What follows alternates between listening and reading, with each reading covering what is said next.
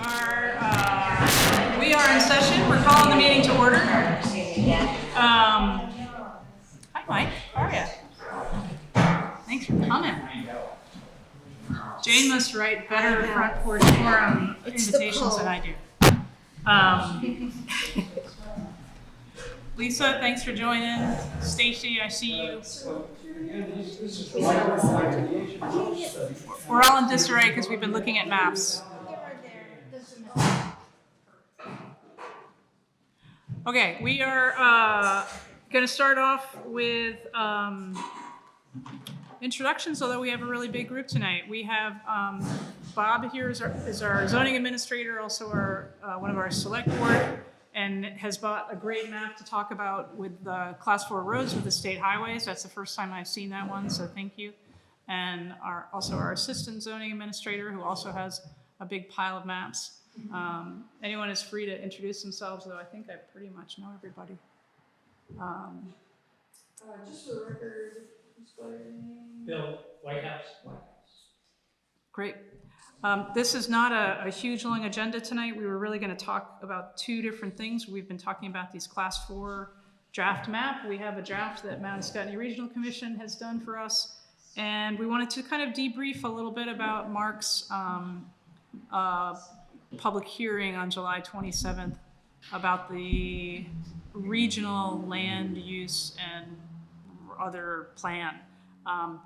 But I would like to, because we have two people who want to talk about class 4s and are probably going to leave after that, I would love to swap agenda item number 5 and number 6 and talk about class 4s first and then Mark second.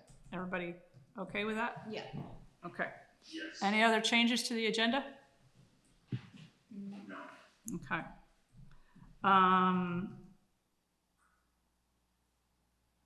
We're gonna do the reports later as well. Or? Yeah, in fact, let's approve the minutes and then let's move right into the class 4s. And then we can talk about reports later because that's just sort of housekeeping. Approval of the minutes from July 15th, our July 15th meeting, which was not that long ago. Any corrections, edits, No. comments? No. If none, a motion to approve. Second. Second, all in favor? Those are approved. Thank you, Shanann, for always taking such good minutes. Okay, class 4. So some of you haven't been here about this already. Ray has heard this conversation a lot, and he and I have met offline to kind of look at all the maps we can find. Talked to Bob a little about these maps. We are trying to come up with a map that is fairly comprehensive and shows people where they can go and where they can't go. So it might include the Vasa trails. Is it Vasa or Vast? Vast. The Vast trails. Maybe it can include the Rats trails. It should show the class 4 roads. If it's not a class 4 road and it has no public access, it probably shouldn't be on that map because that's confusing for people. So this is what we've been working on for a little bit. And happy to take any feedback, any comments. We've been looking at Stone Chimney Road, which used to be a road, and we're trying to get to the bottom of whether there is legal access to that or not. It sounds like maybe not, but I would love to get a definitive answer. So maybe I go back to the vault at some point and look at some land records. Other thoughts on roads? We're getting closer. I think we're at the point now where I would like to go back to Mark, which is the Mount Scottney Regional Commission. They are the commission that's in charge of this part of southern mid-Vermont. They've just written this very big plan, which we'll talk about next. They were kind enough to draft this for us. It's not perfect. If anybody wants to take a look at that gray one at the end, that's the one that we are trying to get right. I would love to also somehow capture on there the town ordinance that was passed some number of years ago. I was carrying it around for a while, but I think I left it on my kitchen table. That shows where ATVs are allowed to go to transit the all-terrain trails. So there are parts of Town Hill Road that ATVs are allowed on by town ordinance. You remember what I'm talking about, right, Bob? It would be nice to capture that, because I have the town ordinance in my bag. Probably the all-terrain sports club people might remember what those sections are, but I bet nobody else in this room does, except maybe Bob. So it'd be nice to capture that. This does not have the all-terrain trails on it. It would be nice to capture those. But if you see anything on that map that you think is wrong or missing or is on private property and is not town access, I would love to know about it, and we would love to discuss. Any questions about the map? Questions about roads? I came with a few questions about the road. So Erin Gurdon, I'm the vice president of the board at GMHA, and I live up on Grasshopper Lane, and part of the reason I live here is because of this and access with my horses. So I think we're really curious about plans for maintenance, both now and in the future, and how, as a group, we might be able to be involved and help. We've got volunteers.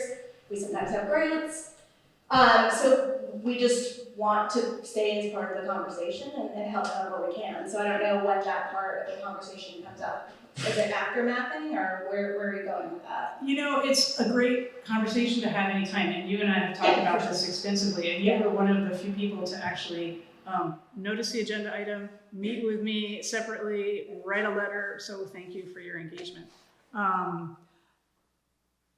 I think now everything is fairly self-motivated, so I know that the Reading All-Terrain people will go out and do some cutting and cut up trees. I know that VAST has a whole system for maintaining trails in winter, and the trails aren't necessarily the same. So the private property that has VAST trails don't always want to have all-terrain vehicles on them, and vice versa.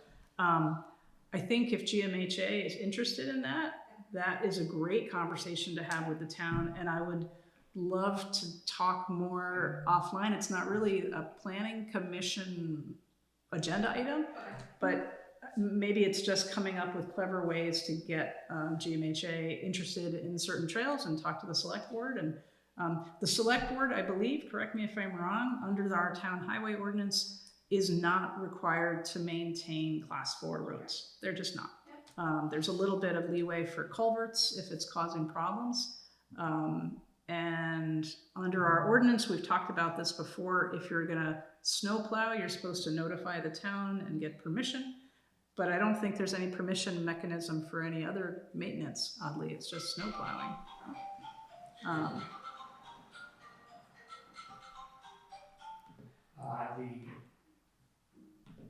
The statement you made is technically correct, Eve, about getting permission to plow the road. But I have never had anybody come to me specifically and say, hey, I want to plow a road on, a class 4 road on where my camp is. They just plow. And we have never gotten anybody up short about getting permission.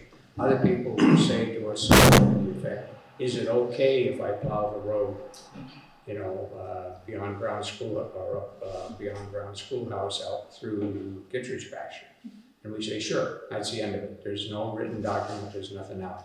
The only time a written document on class 4 comes into play would be if somebody wanted to make some sort of a change, i.e. a major improvement, add culverts, do some excavator work or whatever.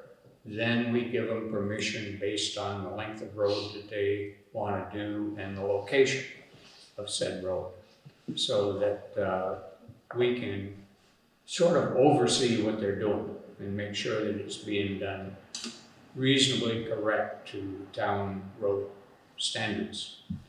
But that's the only time people have come and asked for permission. There was a group that came to see us at one point in time and wanted to gate the Brown Schoolhouse Road and the Kittredge Pasture Road through the wintertime, so that come mud season, those roads wouldn't get torn up. It was basically a group of loggers. And we gave them permission. That didn't work very well because everybody that had property beyond the gate was supposed to get a key. So they could get to their road anytime they would, or to their property anytime they wanted to go there. I don't know if not all people got a key, or if somebody came along and said, I want to go through from Brown Schoolhouse to South Woodstock, and I'm going through, but if you go up and look at that gate, the bar looks kind of like a V, and I've seen it. post is half pulled out of the ground, so they obviously hooked onto it with a chain and just tore it apart. But isn't that a class 4 road up there? Yes, it is. So you can't gate it, you can't lock a class 4 road anyway. Well, we gave them permission because of mud season Yeah, to protect the road. I thought it was state law. What's that? I thought it was state law that you can't lock it. You can gate it, but you can't lock it. Yeah, well, maybe that was the problem, but anyway. Someone was. It was locked, I can guarantee you that. That's not an issue anymore. Moot point. Yeah, so, the people have never reapproached us. David Goodhouse did a tremendous amount of logging up there a few years ago by almost to Chase Four Corners, not quite. And improved the road to that point dramatically. Yeah. Whereby I was told, Bob, you could drive your car up through there. Well, I didn't drive my car, but I did take my pickup, and they were right. Two-wheel drive all the way to Chase Four Corners, and the only bad part was from here to Niagara Street at the very end, where David didn't have to go. That was pretty rough, but got over it. So they've done a lot of work with the loggers and VAST, and even the ATV people have done a lot of work for us on class 4 roads so that they could use them. Yeah. And I think that's what we wanted to express, that we are so appreciative of all of the groups that have done that work and are so welcoming to horses being out there. We just want to be involved when people need volunteers, so if it's spreading the word to other groups that if you need manpower, call on us, we're happy. The two of us have ridden through Everywhere. to GMHA from. And happy to help. Weld Cemetery is another great spot that we're so grateful for, and I think when we hear from other riders around the country or even around New England about how much access has been lost, what we have here is so special and such an asset, we just really want to be part of protecting that. The Weld Cemetery Road went out in 2011, came basically brook down through there from Sternox, the last house there, down to the sharp corner. And actually, Ray Johnson came to us and asked for permission to put an excavator in there and reshape it, and I assume you may have put some material in. Oh, yeah, a lot of material, the GMHA paid for all of it. So that GMHA could continue their rides through that area. Did you ever get it good enough for buggy or carriage? No, It's too no, narrow. it's barely wide enough for a horse to go down through. And you can almost make it on an ATV if you're really careful. Yeah. Other than that. And that's not shown as class 4 on that map. That No, should be shown as class 4. Still showing as a class 3 Yeah. on the map. So how do you change it from a class 4 to a class? Basically, the selectmen would have an agenda item on their agenda to downgrade the Weld Cemetery Road from class 3 to class 4.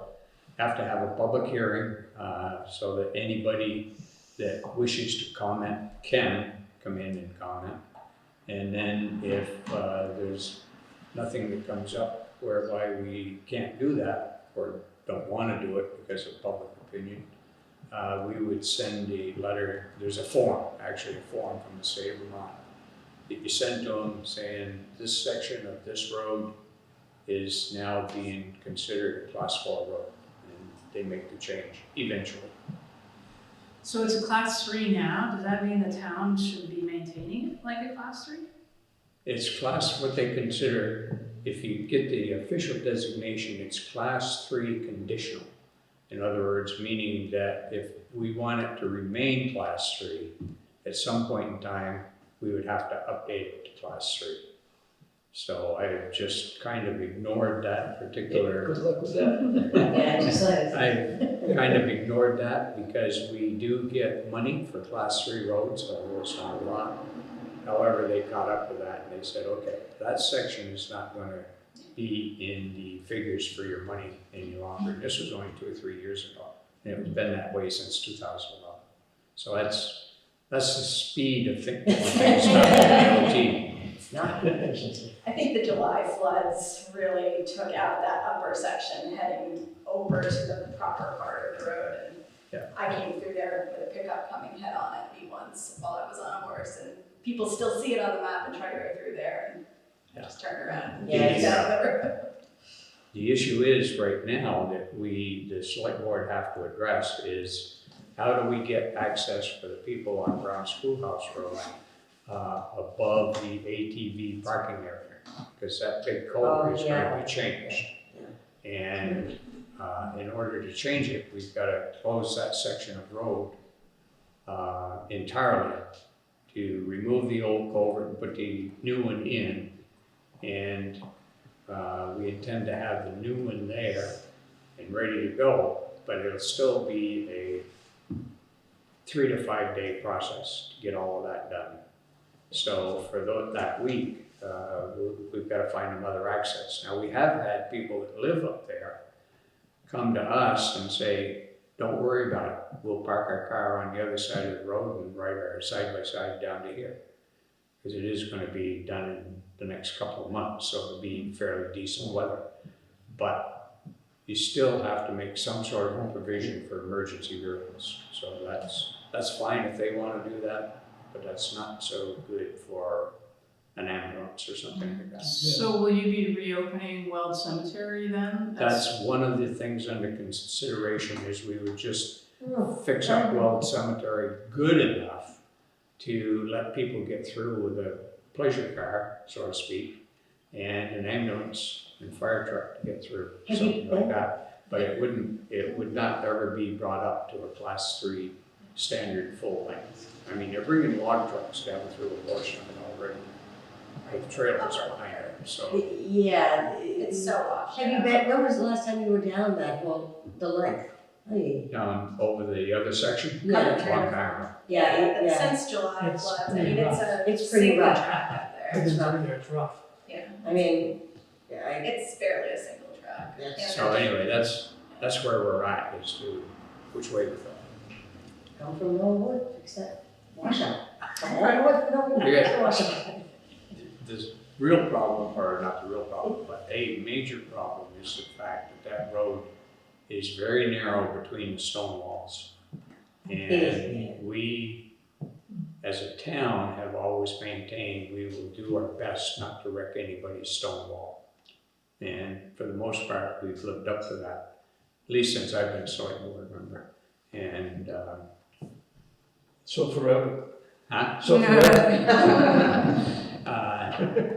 So we gained some height, we gained some width as we build the height up, but it'll be a one-way road. I mean, if Yeah. two Can Jeeps you meet, they imagine? might get by, but Yeah. if 2 pickups meet, probably not. That's gonna be. Okay. Yeah. So, excuse me, Lisa, go ahead. Do you mind if Lisa chimes in?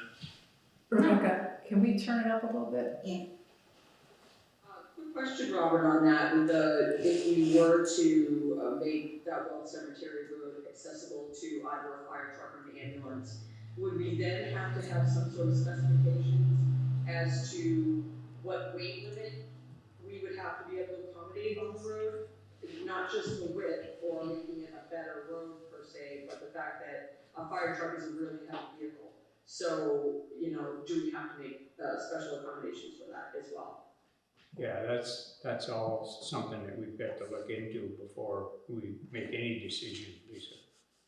Because the other option is to put a culvert in below where they're gonna put the new culvert in and put a road out across the lawn into the parking lot and let people traverse that way.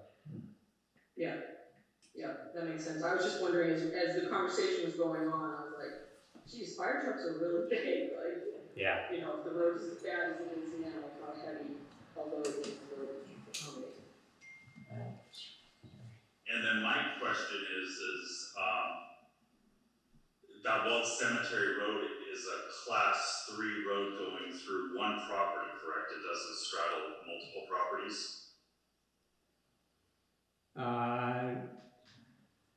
I'm not sure where the Sternart boundary line is on the west side, but yes, technically you're correct that for the most part of the entire class 3 section that we plow, it's on one person, it's over one person's property. And then if we downgraded it, would it impact our grand list at all? That would be something you'd have to ask the assessor. The impact to us would be several $1,000s in state aid. So it sounds like it's in the hands of the select board. The planning commission is happy to give you a little reminder at some point. I would love to see an accurate map.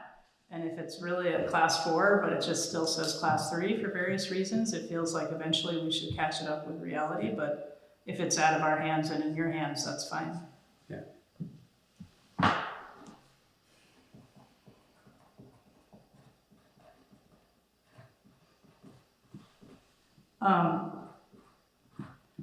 Aaron, I'm still thinking about GMHA.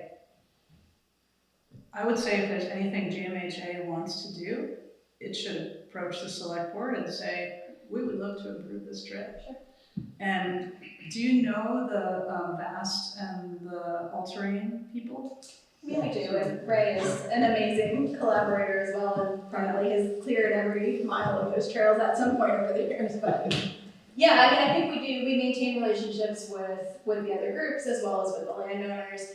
I think since the floods a couple of years ago, everybody's kind of been a little scattered, and it seems like the which problems floods? There've been so many. Right, well, I know, the original flood, the ice storm, I mean, the problems have just been mounting, and I think people are doing things a little bit piecemeal, and I don't know your perspective, right, but I think when GMHA knows that they're coming to Reading, Ray, others are able to activate pretty quickly to at least take care of those sections, but I would love, and I think the new ED at GMHA would love to have more of a, intentional effort and actually do some planning and think ahead. This season's heading towards over at this point, which is kind of scary, but as we look ahead to upcoming years, I think if there was a role that the town is going to play in convening groups, or at least giving people an opportunity to come together, we would certainly love to be part of that.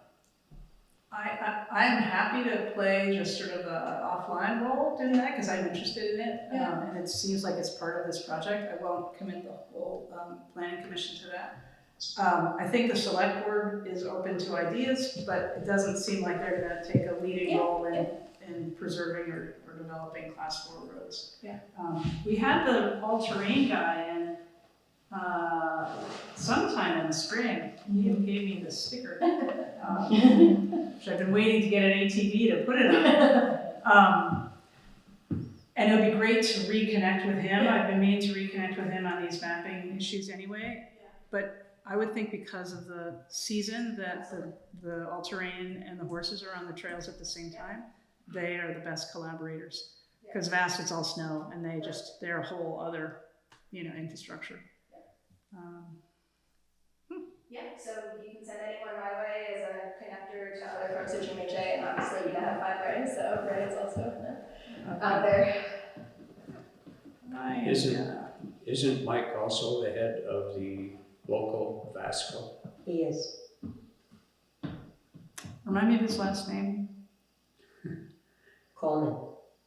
Coleman. Yeah. That's it. Thank you. I know it's in our minutes, but.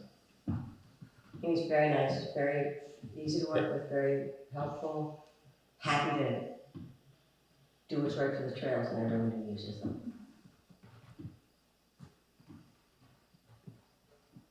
Well, let's connect with him. I will dig through my emails and find his, and I have yours, and Perfect. let's keep trying to get these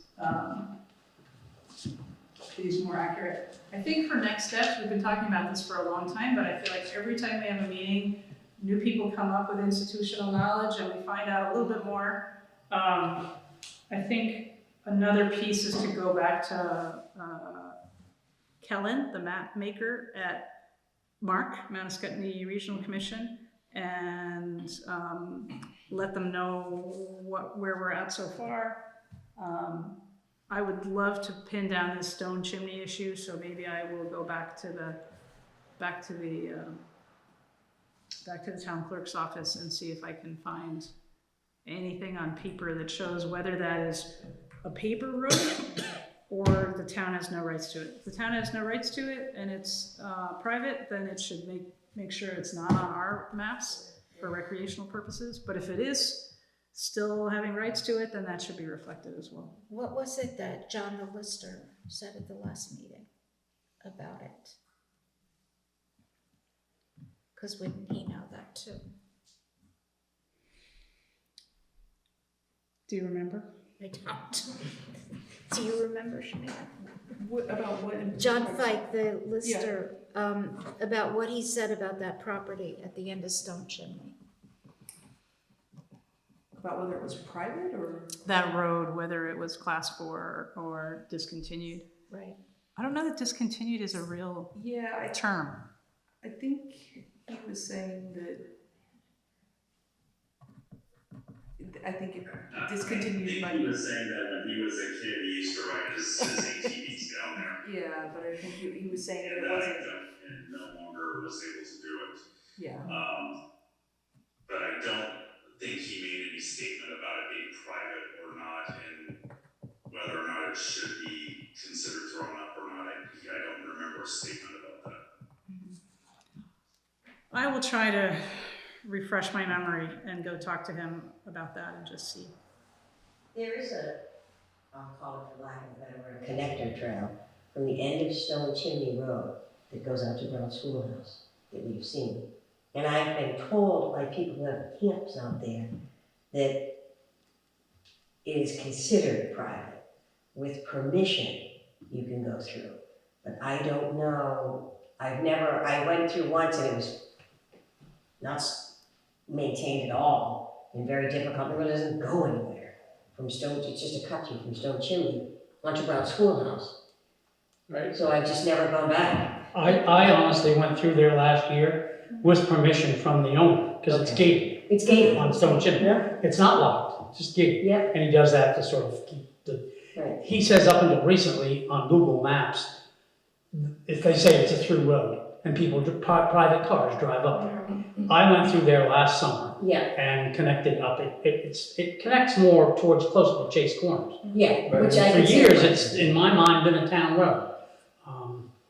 I don't know. I can remember going up there with a Jeep ride in the 60s Yep. Yeah. and stopping at 3 cellar holes up in there with Guy Jenny telling us, who farmed it, what it was. Yeah. Yeah. Almost falling in a Yeah. old well myself. Yeah, it's And not as a so- kid, we rode horseback up there, Yeah. and I hadn't been up there in years, and I just pulled my way up in and talked with Greg, the owner, and Yeah. said, go for it, Bill, just shut the gate behind you. Right, yeah, I mean, but I don't know, I couldn't say with any certainty if it's private or, I have no idea. Yeah. I was just like, okay. It's still on a Yeah, map it's I a have map. of town Reading. Well, Yeah. Well, it's Historical on half the Society. maps. It's on half the maps and it's not on the other. Right, half the Yeah. maps. so I, I got it on the old Historical Society map. Yeah. If you know that one, it was last done in 68. That's probably right, someone told me. Yeah. yeah, So I think your mission as the audience tonight is to do a little research, ask your people who have old ancient road knowledge Yeah. what they think. Is it public or private? And if it is public, show me. Show me where. Or how about if it's private, show me. Or if it's private, show me. I know that. Absolutely. But can't we just, the guy's name is Greg, you said? Yeah. Can't we just go say to him? I still maintain that after the ancient roads study, it was on the maps, and it's still on Yeah. most of the maps. Yeah. And we never threw anything up after the ancient roads study, because there were a couple of roads that we wanted to try to get back, like the mini Fay loop, we thought that would be a good road to get back. Yeah. State would have no part of it. They said, no way. So we've given back roads that are thrown up, so we said, oh, at that point, we're never gonna throw up another road in the town of Reading. If you do, you can't get them back again. So as far as I'm concerned, the maps that I've got, the map that's specifically given to me from John Fike for the ancient road study, it was a class 4 road, and it still shows as a class 4 road on these maps. All right, well, to be continued. If you Yeah. find out. The V-Tran map doesn't show any section of that being discontinued. Wait, I feel like that is a double negative. The V-Tran does not have it on there, right? It does not. It has the road on there, but it doesn't have any portion of it So discontinued. the one that Bob brought tonight from 2025 does not show it on there, the state map. But I don't know This that one I'm looking at right now shows it on there, but it doesn't show that it's discontinued. Can you screenshot that for me and send it to me, Stacy? Just as a reminder to dig deeper, because this map is the highway map, which comes from the state, right? Thank you for that, by the way. I'm gonna have so many maps by the time this is done. And it's not on there at all. But I don't know that the state has I don't know that the state's highway map is necessarily the final word on paper roads. So they're probably looking at roads that are passable and existing. So whatever it is, it is. I just want to know and get it right. And then my offer still stands. Once we identify the multiple maps that we want to overlay, I will definitely give that a shot to AI and see if it can help us with overlaying all these maps to create some sort of a public, accessible working map for all of us. That would be awesome. With all of the horseback riders and all-terrain riders and bicyclists and recreational enthusiasts, I think everybody would appreciate knowing where they can go. And I think homeowners who don't have public roads would appreciate them also not going there as well. Yes. Okay. Anything more to say on class 4s? Our TV audience? No? Okay. I think we can get off that topic. We're gonna keep talking about it. I wrote down a bunch of things that I'm gonna keep looking at before our next meeting. I really do, I'm kind of kidding, but not really. I would love for you all to give any other feedback you can find. So if you know people who've been around for a while and have any information or any maps or any understandings, it would be great to throw it into the mix and try to get to the answer. All right, next agenda item, if anyone wants to roll off the class 4s. Oh, the next one's kind of interesting and sort of short. The next agenda item is talking about the regional plan adoption from Mark's July 27th meeting and possible future amendments. Where should we start on that? We're just doing a debrief on Mark's public hearing. Thank you for coming. Thanks for the map. I'll make a call to AOT tomorrow and see what I find. Yes. So we don't have to come and pick it up. We're taking a moment's pause. We haven't given any help, so. Thank you. Bye. Thanks for coming. I'm not even gonna try to do this.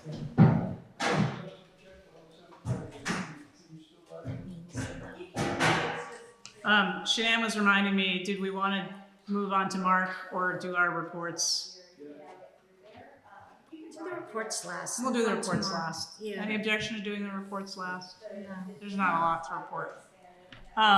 So let's talk about Mark and their land use. I don't know how much we should remind people what this meeting was.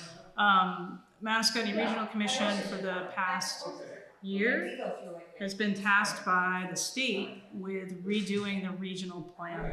And it's really thick. It's online at the Manasquite website. And it has all sorts of sections from housing to land use to, maybe just shut that door, to economic development, to all sorts of things. Everything that has to do with the region, which is kind of Windsor County and surrounding. We do have all those listed websites and links and minutes. We do, thank you. Yeah, if you want to see it, you could go to the minutes, which are listed on the town's website, or you could just look up Manasquite Regional Commission.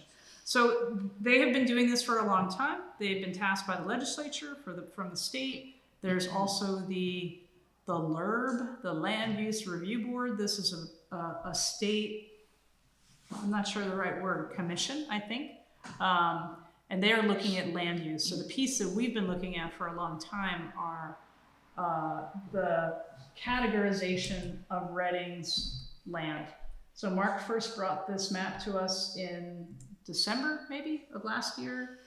And it was kind of a hodgepodge of different categories of land. November. Yeah, December, when he was here, the map maker. Yes. Yes, December. So we talked to them about how there was not a consistent rationale for why, this parcel is categorized like this, but right next door is this, and then the one next door is that. So what they ended up doing was taking most of Reading and calling it rural, agricultural, and forestry.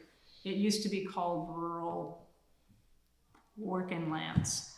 And then there's another category for rural conservation. They had a lot of Reading as rural conservation that was not actually conservation land. So they have backed out the dark green to a much smaller amount because it reflects the reality of conservation. So state land, there are some parcels that are owned by the New England Forestry Foundation that are under conservation easements. There are a couple of other conservation easements, but I think that the actual conservation land shown, that dark green, is actually conservation land. So that felt like a positive contribution. The yellow that you can see on these maps is called Rural General. And I don't think we have our original map, which was really like a quilt. So now a big part of Reading is owned by the state and some other conservation parcels, those dark green. The blue or the teal color is rural ag and forestry. That's most of the town. And then the yellow is rural general. That has grown from the map you're seeing here to the current map. And that was at our request. What Mark and the state say is that these classifications are not binding. They are not regulatory yet. But when you read the descriptions in the plans, it very clearly says rural general is more appropriate for this, rural ag and forestry more appropriate for that, and neither one is really designed for housing. Our comments were, please give us more rural general so that we can streamline the process for any homeowners who would like to build a home and provide housing for themselves or their families. Please make sure your conservation land is accurate and not restricting us too much, even though it's not supposed to be restrictive. We also asked for South Reading to be included as a village area, which further allows potential home sites with fewer restrictions. So again, the rules are still being written and in flux. For anyone who's followed this, they've gotten rid of Tier 3, which was very restrictive. There is now Tier 2 and Tier 1. Our village center is where the state would like us to put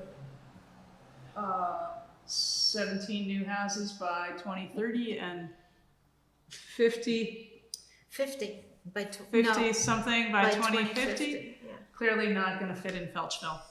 So one of our biggest comments to Mark and to the state was, what you have put in the plan is not matching our reality, and the way you categorize the rest of our land does not support the idea of home sites. So either reduce our housing targets or increase the land descriptions where we are supposed to build. And they said no. What they said was that their hands are a little bit tied by the state. The state did not want to grant South Reading village area status.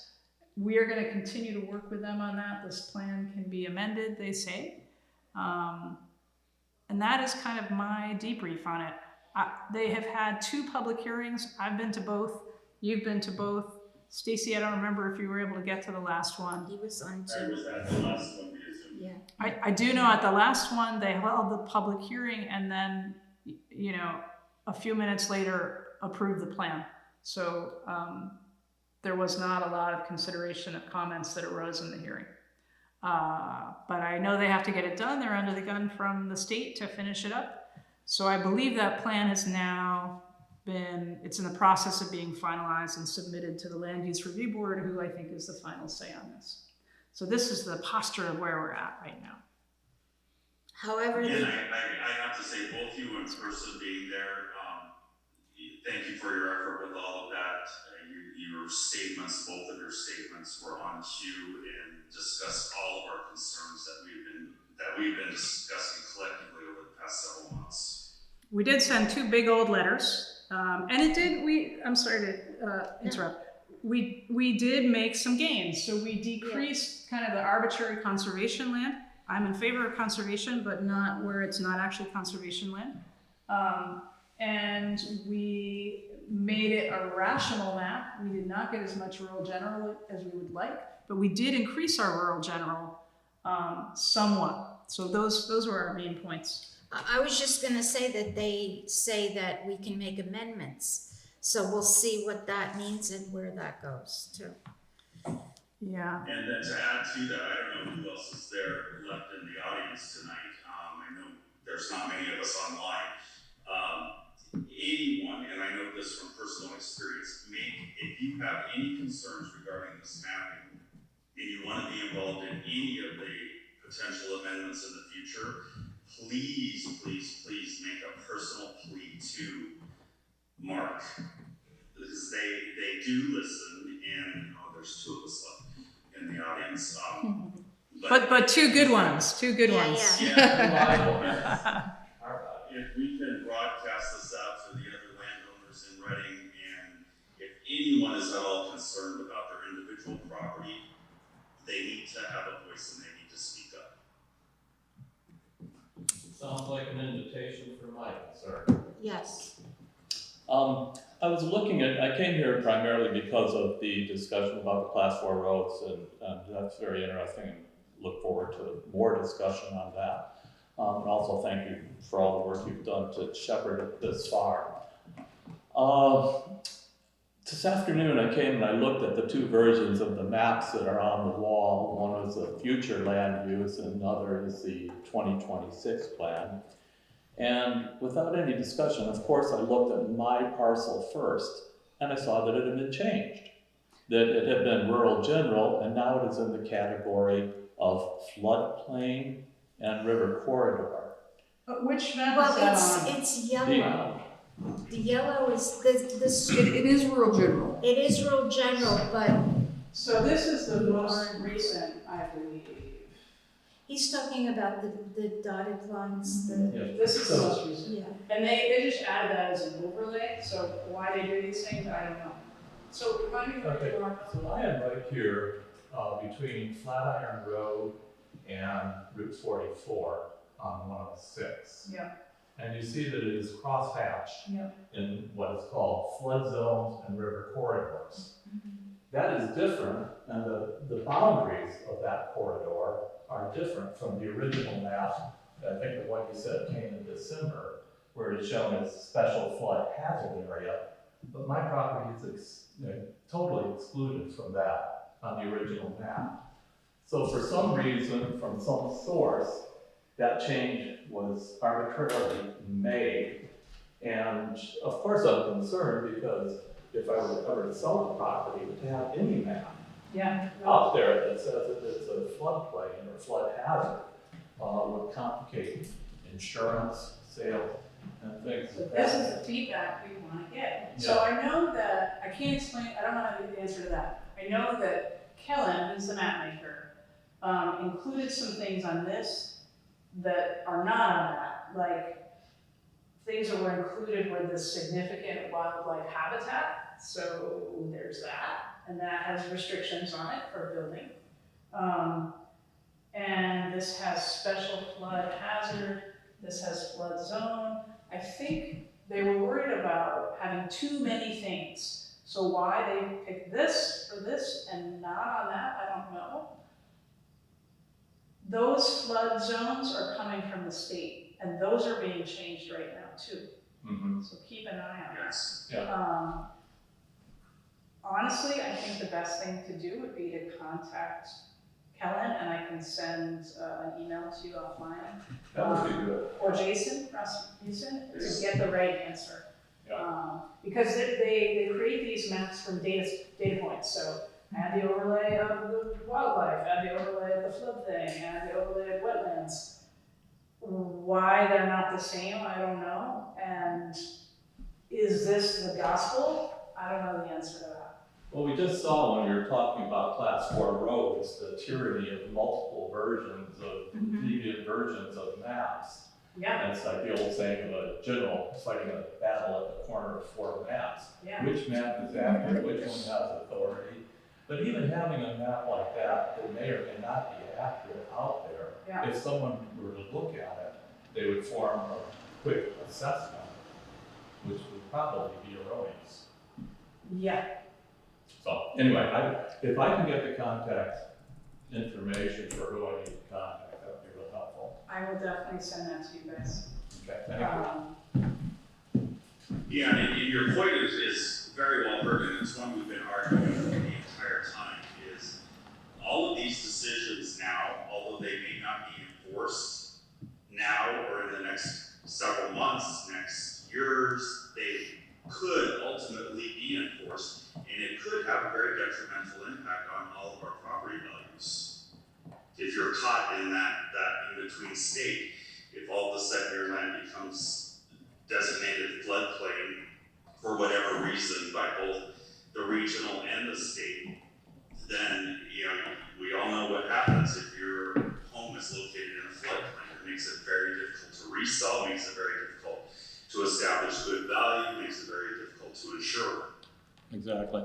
And then the burden would come on me, because I could show that it is not floodplain with transits and everything, but the burden would then fall on the landowner to prove that the map was erroneous. And that's, it's a concern. It's a concern. Yeah, this is one of the reasons we've been trying to kind of for the last 6 months say, come down to the meeting, take a look at the maps, find your parcel, see if you agree. And not everybody has done it, so I'm glad that you're looking. Yeah. Also, not just the homeowners, but the towns, because when we went to the regional meeting, we were the only town represented, so. Yeah. Well, again, to reiterate, thank you for all the effort you're putting into this to get it right and the changes you've been able to implement. Thank you. For some odd reason, this is actually kind of fun for us. I don't know why, but Us? for me, it's Too much time. Thank you, Rob, for taking a look at it. I will send you that. I really encourage you to contact them directly. There's also if you go to the state, you can do these overlays with an interactive map that has wetlands and floodplains and stuff like that. So I would check those as well. Yeah. And maybe that's where Kellen is drawing this data from. Mm-hmm. But keep an eye on that state regulatory framework also, because it is changing. And it comes through and all of a sudden there's a new floodplain and your house is in it. Or you're too close to the whatever. Although I think I saw that they have gone with the lower buffer zones for, I think I was heard. for property that Yeah. might affect some of the clerk of our commission. So I think it makes a big difference. They were looking at a huge buffer zone that would have affected Shanann's property, and she wrote a really eloquent letter to the Land Use Review Board, and later that changed. So Yeah, that buffer zone shrank to something that makes sense. if the people in charge don't hear about the practical implications, they don't know. For instance, even the choice of the terminology and combining categories together, if you have a flood zone or flood area, that has a lot of considerations that come with it. If you call it a river corridor, that is different, and I'm fine with river corridor. because, you know, that's a wildlife corridor and things of that nature. But the combining of the two categories together, that lumping, could cause some problems. And the truth is, the floodplains change all the time. And it may be, if you look at those overlay maps, it Yeah. may be that it really is just river corridor is what your land may only be designated at, and not floodplain, but you have to go in and, to look at it. I am sad that so many people left, because I really wish that everyone would take a look at their properties and see what they're being categorized at and what these maps are showing, because this is coming down from on high from the state. I was talking to a friend in a different region north of here just this afternoon, and he was saying that they're having, the same kind of issue where they're not being listened to, and there's not town representatives coming, and they're kind of getting the same feedback we were getting from Mark, where it was like, it's just a term, and you don't really need to worry about it, and it's not going to change anything. And we're like, Trust us. It's not Right now, yes. right now there is not a regulatory requirement attached to any of these land descriptors, but it has kind of an overflow mechanism. So my property is rural ag and forestry, and does that mean I can't build a house? No. Does it mean that in certain circumstances it might need Act 250 review? Yes. And if they review it, because I'm subdividing too many parcels or doing something in particular, they're gonna look at that category and they're gonna say, maybe not appropriate for a house site. You should do this, do another test, do another, so it just ends up making it more expensive and possibly more difficult. Might not mean not possible, but honestly, it's not nothing. And It's definitely not making it easier.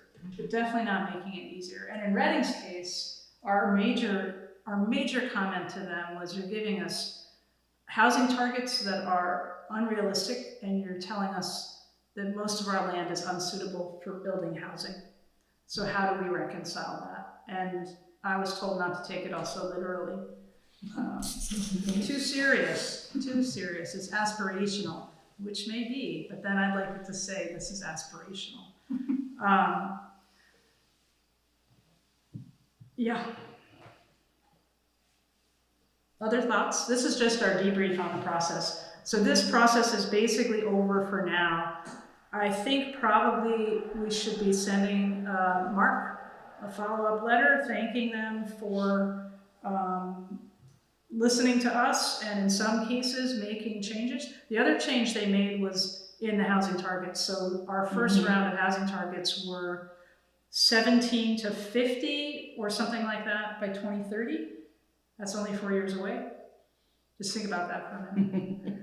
And 50 something to 100 and something by 2050. So in the next 24 years, 100 and something. And we said, well, which is it, 50 or 100? And they ended up completely getting rid of the high end and the 100% range and taking the low number. So that felt like a win. It still doesn't feel realistic, but they were listening and they heard us, and I think they too, like we are, were desperate for feedback to be actionable, but people have to pay attention. Would it be accurate to still call this a draft, or because it's been adopted? Is it now? I think it has been recommended to the Land Use Review Board, but I don't think it is done until they approve it. I think it's a draft. It's still considered a draft. I think it's Mark's draft that they are submitting to the state.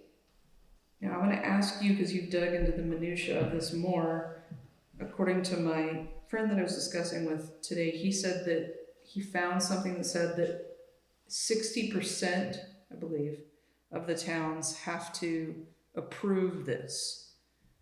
And if they don't, then it doesn't pass. Really?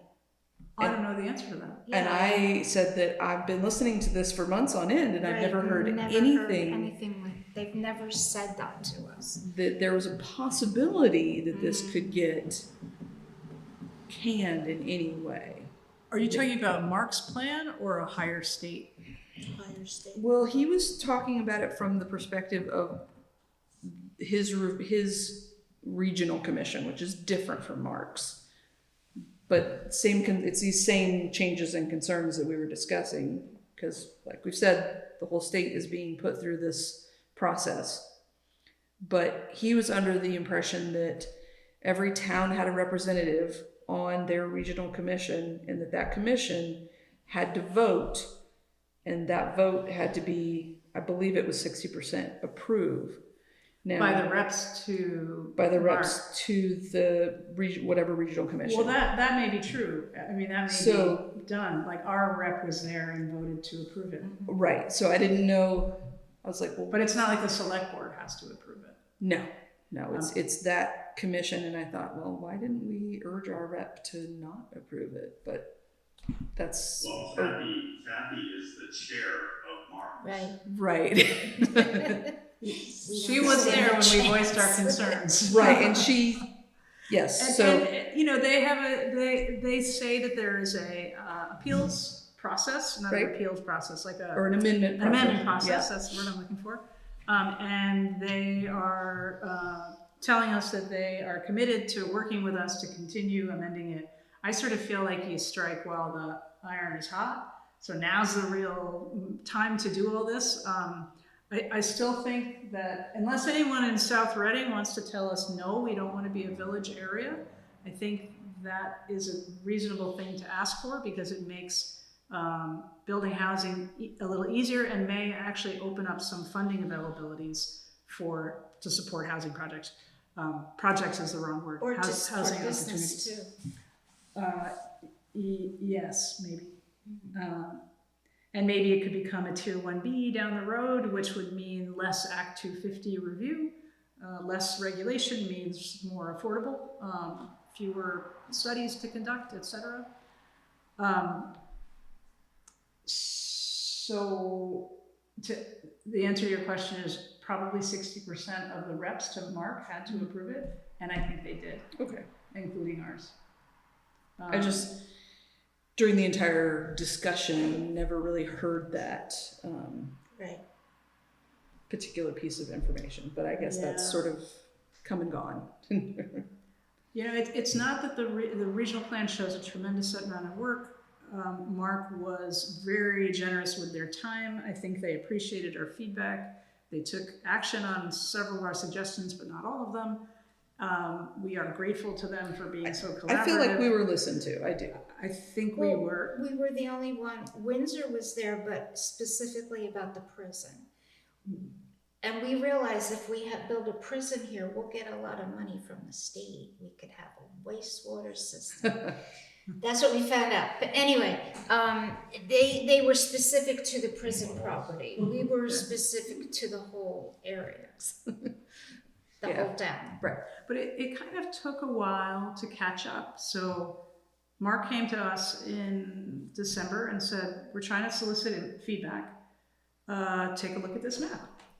And then you start digging into the descriptions, and then 6 months later, I think we had the full understanding after a lot of self-education. If I could wind the clock back up, I think I would reach out to every other planning commission and say, hey, what do you think about this? What do you think about this? Can we collaborate on this? It didn't seem like they said that they got a lot of feedback from any other towns. They read the letters and there was our letter, which wasn't included in the packet until we told them. Well, I hope they sent And that the to us. other letter was from, Weathersfield, I think. So it's, Not to say that those commissions aren't doing Right, good work. I don't know. Well, it's sort of like us, we might write the next town plan and someone will pop up in 5 years and say, I can't believe my land is, and it's like, well, we had these hearings, you were invited to come. It's all very complicated, and it's a big job to try to understand it all. Anything else on this open debrief topic? Is there a official amendment due by date that you know of? ASA. They're just gonna start. Okay. And Jason has said he would come. to our meetings, to when we work on it. Yep. I don't think there is an official time, and I don't even know. What the timeline is for the state adopting it? The timeline has shifted a lot, so we were trying to get what's the firm date. Well, we're trying to do it by then. The state wants it by then. But halfway through this process, they completely scrapped the whole tier 3 idea. So the state had broken up land into 3 different tiers, and tiers 1 were village centers, places like Felchville, and you could opt, like our select board has done, to try to take that out of Act 250 review, so it's easier to build. Tier 2 is the rest of Reading, and then tier 3 on these original maps, do we still have it? No, it's on other maps. Tier 3 were special areas, headwaters, really slopey things. So they created a whole map of tier 3 areas in the state, very sensitive areas, that would have required Act 250 review for certain things like a road longer than 800 feet, Yeah. or a driveway longer Driveway, than no, the 2,000 feet. driveway. And there, But that was actually a separate conversation Yeah. within the tier 3 compensation that they were trying to pass.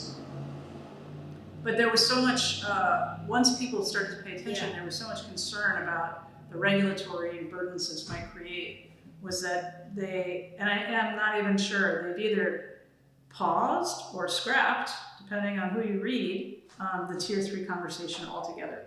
So there's been a lot of moving pieces in this conversation. And what the law was and what it's going to become, I think is still in transition.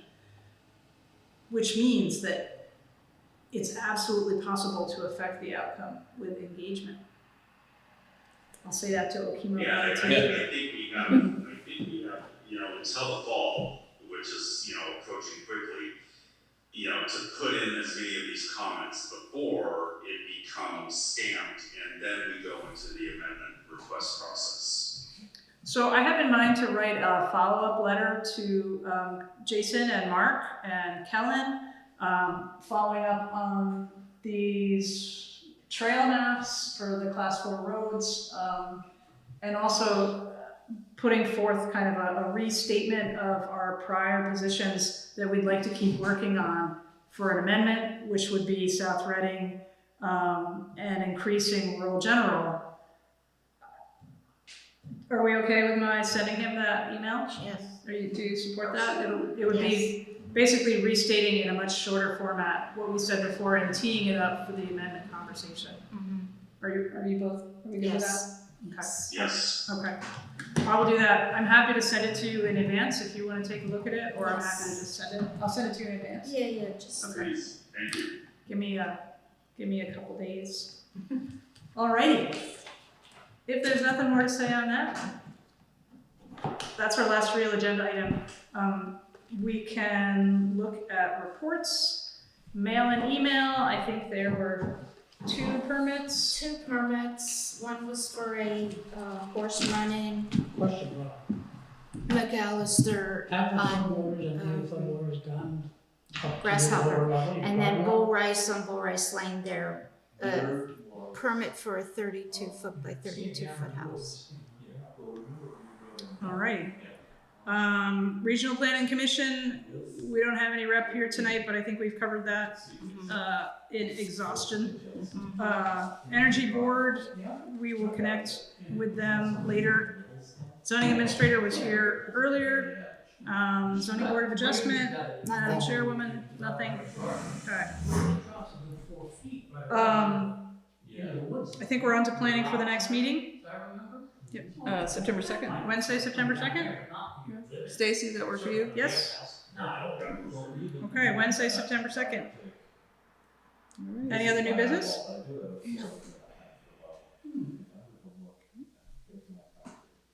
I think we've covered public comments. Our public is having sidebars. Their so- own comments yeah, to each other. I think we have come to the end of our agenda in the time allotted.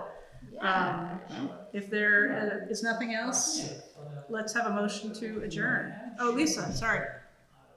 Just very briefly, thank you so much for all the hard work on both of these issues.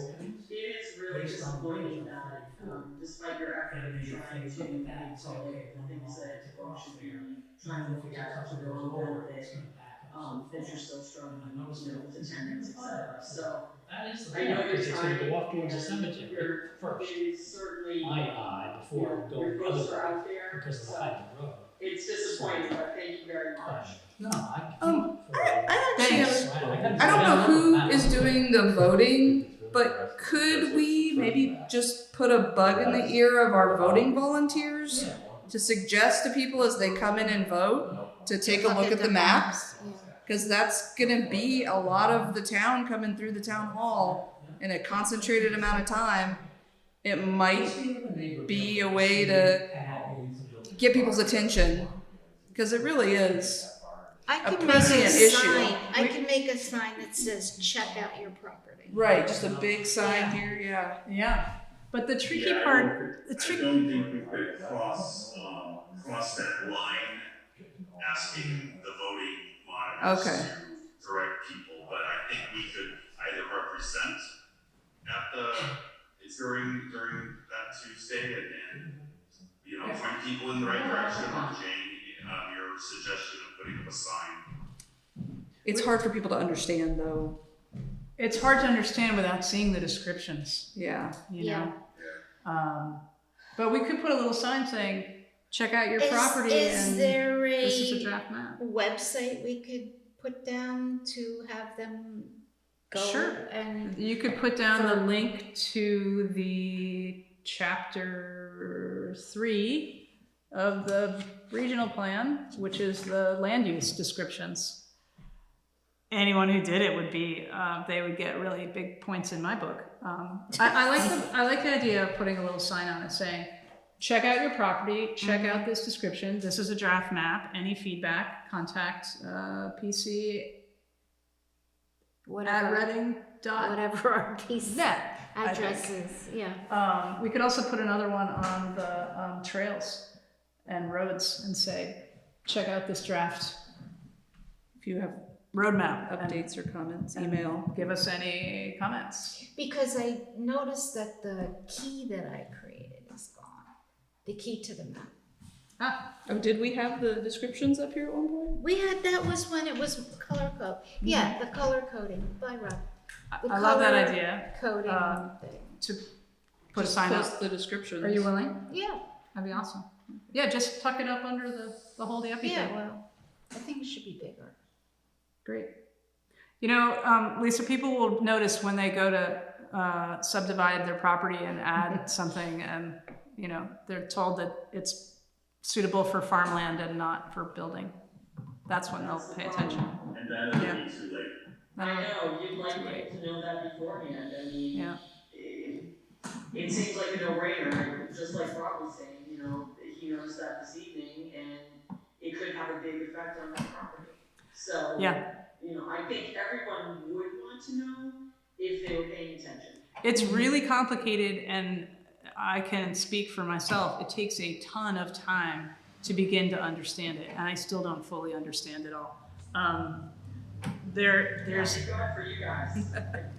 well, the more you learn, the more you're like, wait a minute. So pay attention to what your representatives are saying and what they are planning on doing, and consider that when you vote. Thanks again for attending the hearings as well. Of course. Yeah. Okay, I think we're done. Motion to adjourn? A motion to adjourn. Okay, all in favor? At 8:10. We are adjourned, thanks.